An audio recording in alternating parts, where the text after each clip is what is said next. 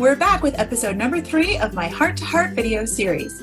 If you don't know me, I'm Allie with Allie B Designs. Today I'm chatting with my friend Britt Hyatt with Launch Your Daydream, and we're telling you all about the must-have elements on your website to connect with your dream clients. Hi! Hi! How are you? We're good! This is my friend Britt, and I'm going to let her do a little introduction of herself. Hi guys, I am Britt Hyatt. I am co-founder and website designer over at Launch Your Daydream. And Launch Your Daydream, we work with creative professionals to launch their websites, launch their new brands, whether it's a new brand, a rebrand, everything in between. And we also offer some educational resources, all centered around branding. So all good things. We actually just launched in August after Kelsey and I had our own individual brands. We had, she had her branding business, I had my website design business, and we decided to merge forces and launch Your Daydream in August. And do you know what I love most about it? Is that it's like happy and active and, you know, like fun colors. Oh yeah. Like we couldn't, like when we were talking about like our own branding, like even before Launch Your Daydream was the name, we're like, okay, we know we come from these like bold, bright colors and we're not getting rid of that. Cause that's just us. I'm like, it's fun. It should be fun. You're like launching a website and launching a new brand should be fun and exciting. So celebrate it. Why not?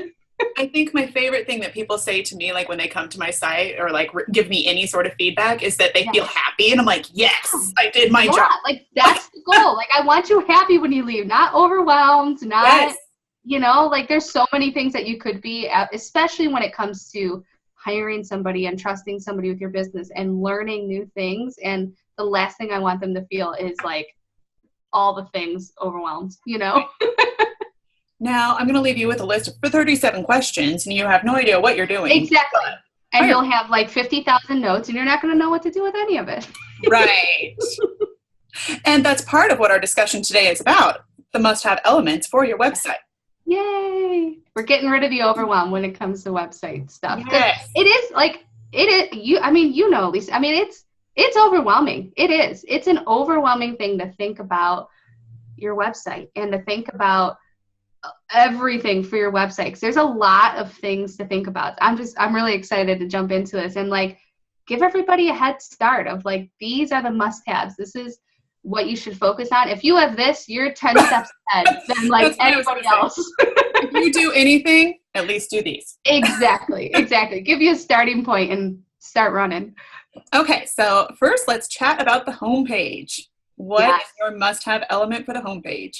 I always recommend to my clients when it comes to working on content for their homepage, so whether it's images or text or anything, always start out with like a 1 to 3 sentence statement that says who you are, what you do, what you specialize in, and if you serve a specific location, talk about that too. So say like, you know, I'm a photographer and I'm in Norfolk, Virginia, and tell people that, because when your ideal client lands on your site, and you should always have somebody who's, you know, like when you're working on your site, you're working on your content, you're working on your business, you should always have somebody in mind that you're talking to, somebody that you're catering your website for. So, so in this case, you want to make sure that that person knows that what you do, what you specialize in, and that you're actually near them, or if you're like a destination photographer, that that they can hire you. Like, you know, it's like,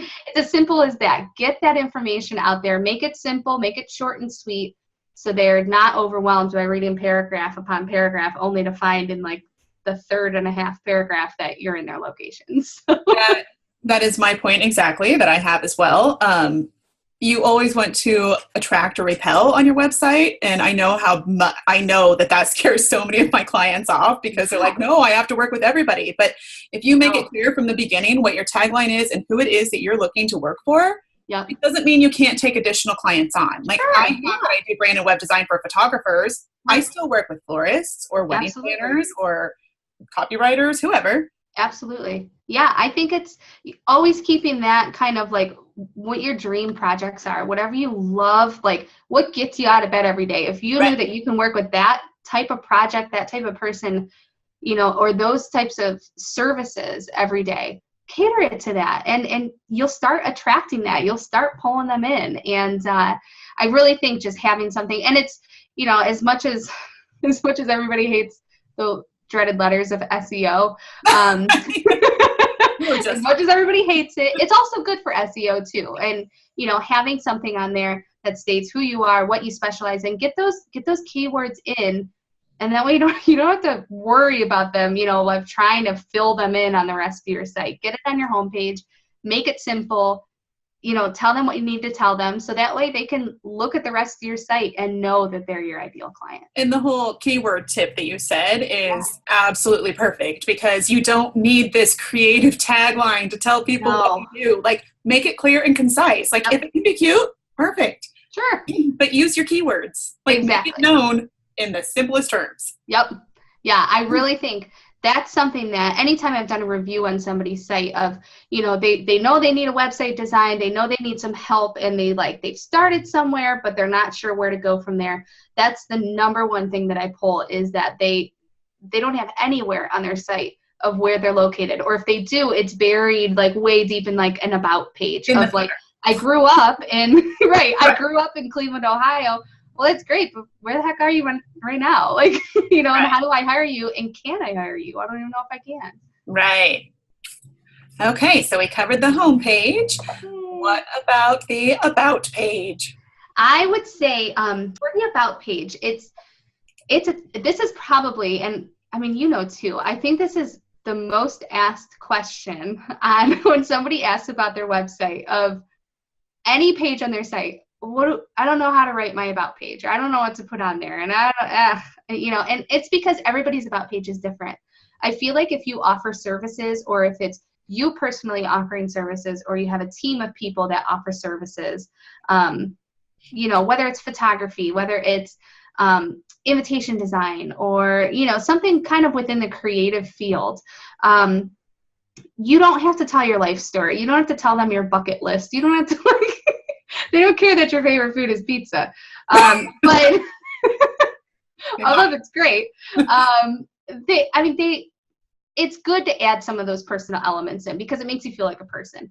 But at the end of the day, they want to know how you can help them. So talk a little bit about your background. Talk about what makes you and your team, how your business makes things different than other people and other services. Because if they land on your about page, or they land on your site some way, somehow, and they weren't referred to you potentially by anybody, they're probably comparing you to other people. And it sucks to hear, but they probably are. They're probably comparing you to other people.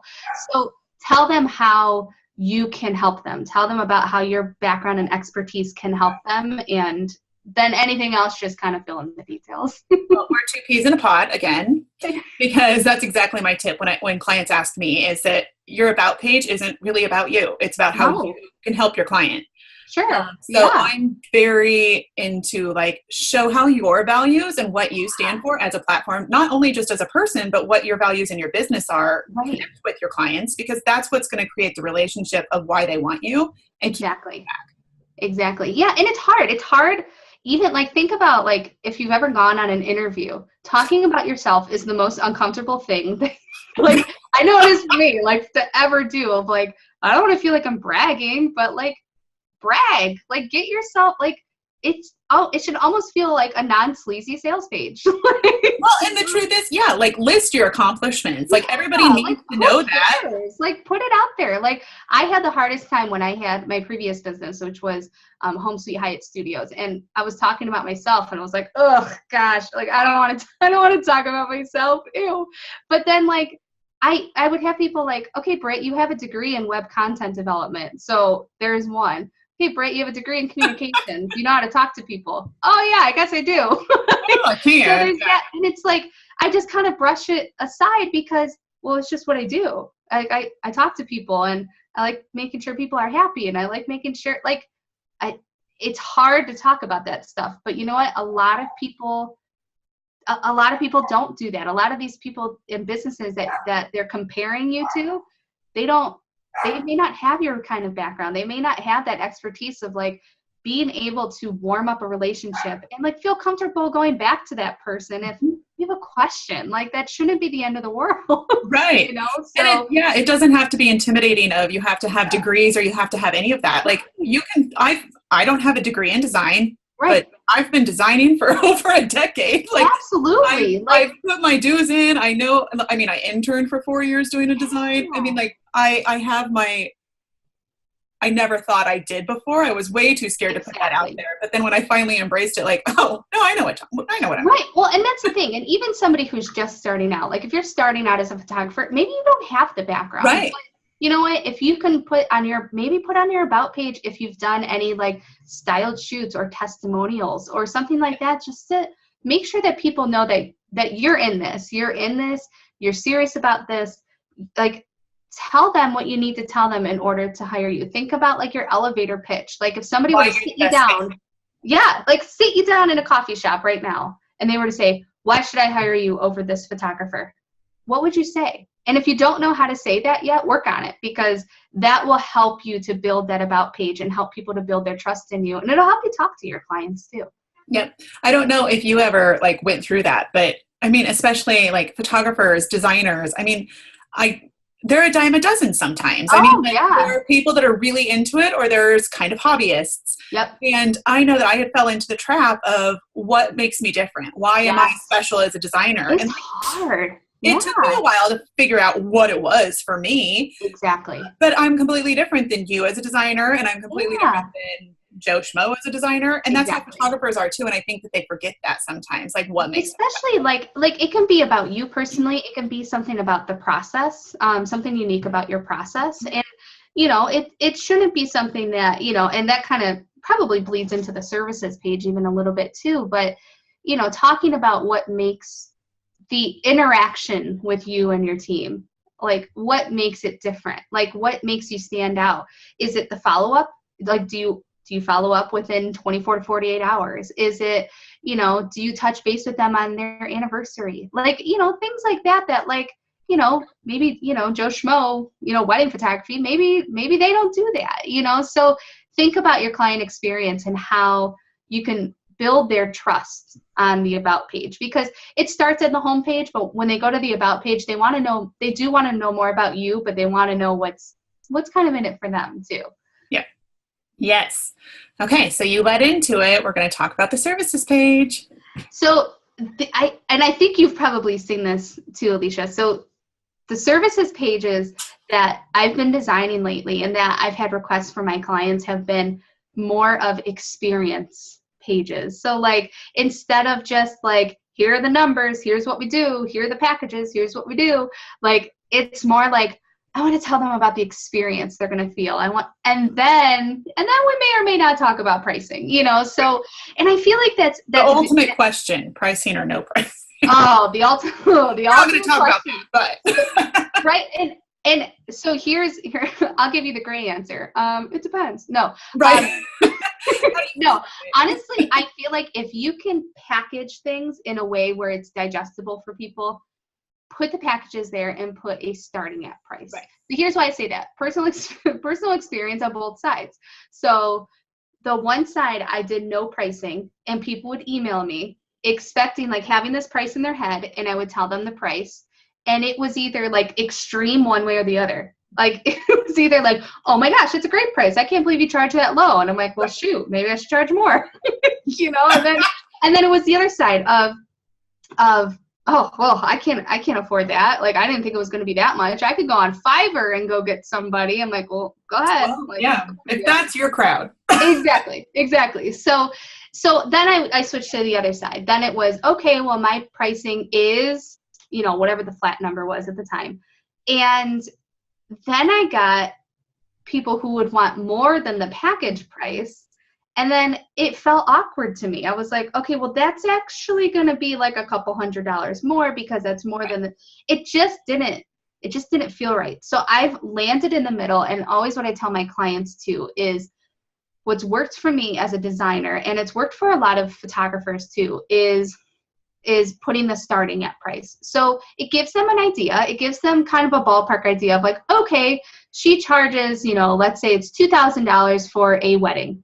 certain amount of hours, this, that, and the other thing. Tell them what that covers starting at, let's say it's $2,000. And then if they want more, then you could say, okay, well, the starting at price was, it allows you to kind of make your way into that conversation a little bit warmer than just like, okay, well, that's going to be more. It warms it up, I feel like, a little bit. And that's kind of my point with the pricing not issue. I am a firm believer in like making your services very clear of what you offer. Absolutely.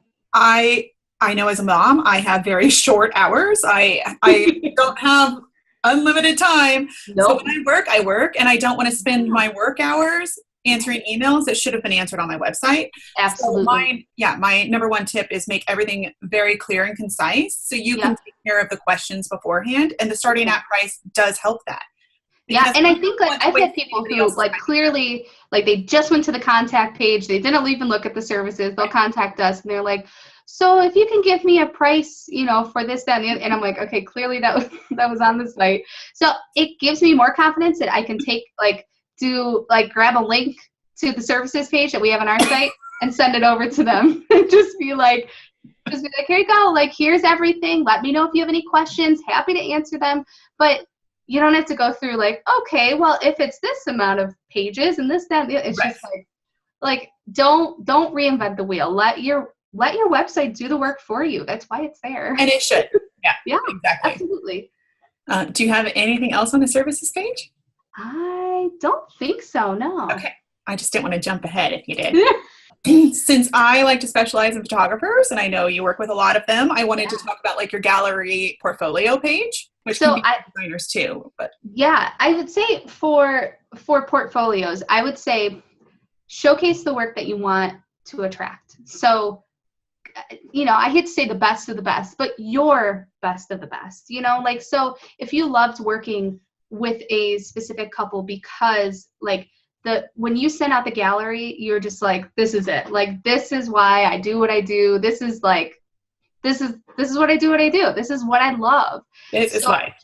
Yeah. Showcase that. And a lot of people ask too, especially recently, of if I want to showcase an entire wedding from start to finish. That's something that I've seen it done before, but just recently a lot of people have been asking me about that. And I think it can go either way. I think it's a good thing to show off multiple elements, whether you're a wedding photographer or portrait photographer, showing off various examples of types of work that you do, whether it's, a certain style photography or what have you.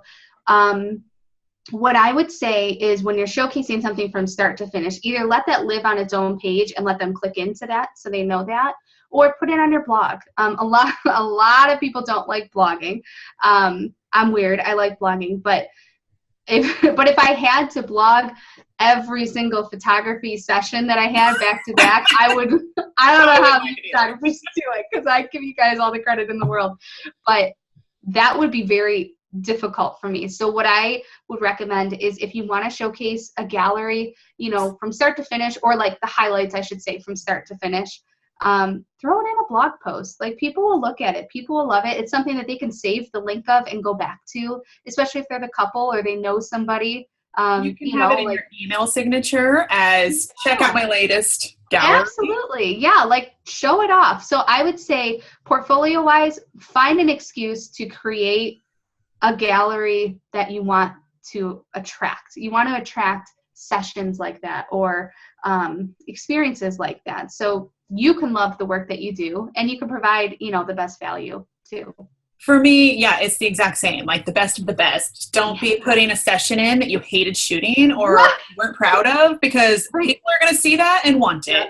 And truthfully, if you put it in there, that's going to be the popular one. Yep, exactly. It always happens. I did that for a couple websites way back in early on, even before Home Sweet Hyatt. And, I put that in my portfolio and they're like, I love that website. I'm like, oh, I need to take that out of that portfolio. My other big tip is that I really try to stress to my clients is it's quality over quantity. You don't need 50 images. No.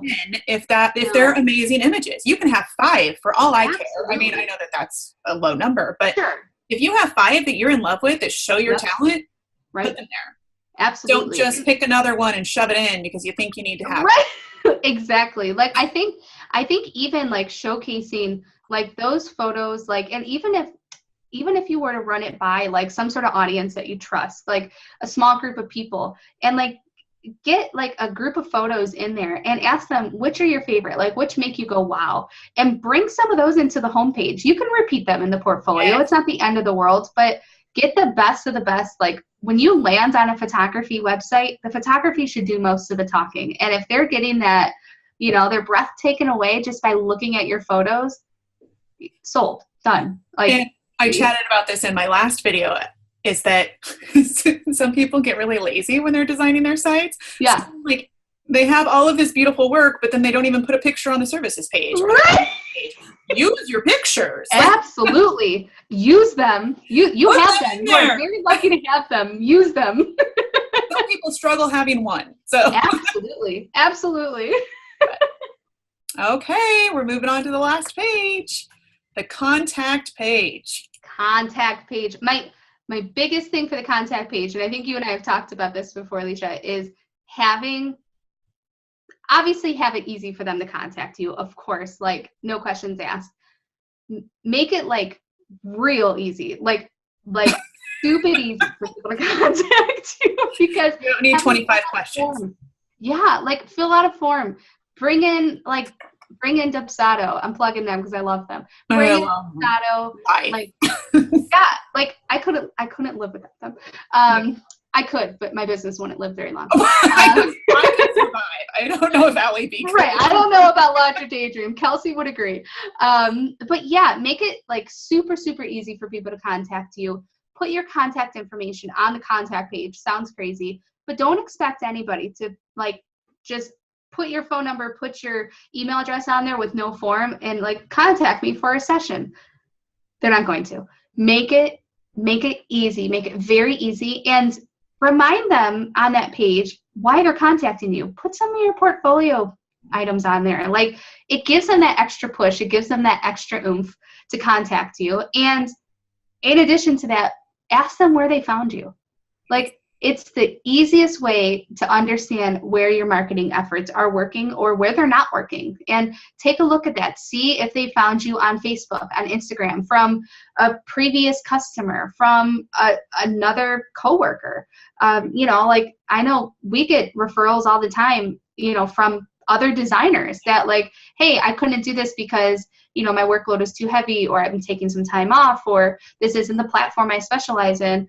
You know, go to this person and they will help you. Like, it's great. It's like having that, it warms up the conversation with the client. Like the first conversation you have with them, you could send them an email like, thank you so much for reaching out. You know, we read through your inquiry and we love that Alicia referred you over to us. Right. You know, like it was, you know, yeah, it just like, it builds on that relationship. Like it gives you some momentum and gives you some, it just warms it up. And, you know, I'm all about that. Exactly. I'm going to reiterate the fact of including your contact information. Yes. Because sometimes your form won't load. Yeah. I love websites. Absolutely. Sometimes it doesn't happen. So always have at very least, an email. Yep. I don't like to hand out my business phone number. I don't like but mostly because I am so type A. I want a paper trail and I want to be able to see and refer to. So I don't like go by the phone. Right, right.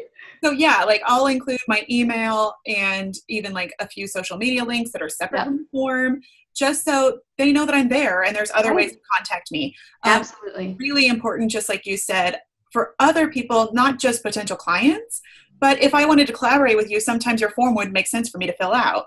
Exactly. I've came across those sites that it's like, well, I guess I'll just. Like, I don't like. I feel bad. I don't want them to think they have a real inquiry and it's just me. I don't have an event date. Right. So here you go. Just me. So yeah, that's my big one. Like, make it easy for people to know who you are, how to get a hold of you, and especially like I said, technology. And I think too, like even to add on to that, like make it super, super easy to contact you, but also let them know when you're going to contact them back. Yes. Because, Yes. Yeah, like that's something where like if I submit something to somebody, I am paranoid that like what if the form didn't go through? What if this? And I'm like, okay, we're going on 48 hours. Like I hope they got it. Should I email them? I don't know. Yeah, and then I don't want to be that annoying person that's like, Exactly. hey, just checking in. Right. They're like, I know you're super busy. Absolutely. Yeah, I would say you're going to email them back. Make sure it's within that time frame. Yes, absolutely. And even if it's just something quick, like hey, got your inquiry. I'll be in touch with you in just a couple days. Hey, I have 2 weddings this weekend. I'm going to take off till Wednesday. Absolutely. Yep, absolutely. So I think that first impression of like what happens after the contact form, like first impression, of course, is your website, but the first interaction, like they should be pretty darn sold on you. And if you don't follow up with that, if you don't maintain that same vibe that you gave them on your website, it's the first turnoff. It's the first way that they're going to step back and be like, "Oh, I'm not sure this was the best idea." So I preach about the client experience, and that's what it is to me. Like treating my clients like they're the most important. Absolutely, they are. That's why I'm here. Yeah, exactly. But yeah. Yay. Well, that is all of the pages. I mean, there's additional, but these are the main ones. If you're going to do anything while creating a website or hiring a designer, make sure that you're hitting all of these points. Yes, absolutely. It'll make and like use this as a starting point and fill in the gaps. Like don't make it as easy as possible. Just make it simple. Make sure it sounds like you. If you're like SEO brain, and you sound like an SEO robot on your website, nobody's going to like that. Who's SEO brained? Right? Oh, no. But seriously, like if a lot of people are very SEO focused, they're very like, okay, it's probably one of the number one questions we get as designers is, are you going to make sure that everything is good to go with SEO? And I think for the most part, most web designers keep that in the back of their mind. They make sure that like your navigation is easy. It's easy to follow. They make sure that there's a good balance of images versus content. They make sure your keywords are in there. Like they'll make sure that like, yes, you do put your location. You do put your specialty in there. They'll, for the most part, any designers that I've come across that I've, interacted with have made sure to do that. And that's all well and good. But if you start flooding your website and tagging all of your images with only keywords or going behind the scenes and putting it in as a description, Google will ban your site. Like that's a big deal. So just keep it human, keep the client in mind, and keep SEO as like a secondary thing. Like, hey, great, I did mention some of my keywords in here. Do it in your blog. Like that's all well and good. Blogging's a good thing. It keeps your information, on your site relevant and up to date. But don't focus so much on SEO and so much on like the technicality. Keep your client, first of mind too, because they're the ones that are going to be hiring you. And yes, they have to find you. Of course, they're going to find you, but people will find a way to find you. Like, so don't rely solely on SEO and worry and, keep you up at night over it, because I sure don't. Everything else keeps me up, but SEO is not on the list. Working on it.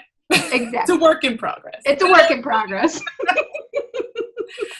Okay. Thank you so much for joining me. Of course. Thank you.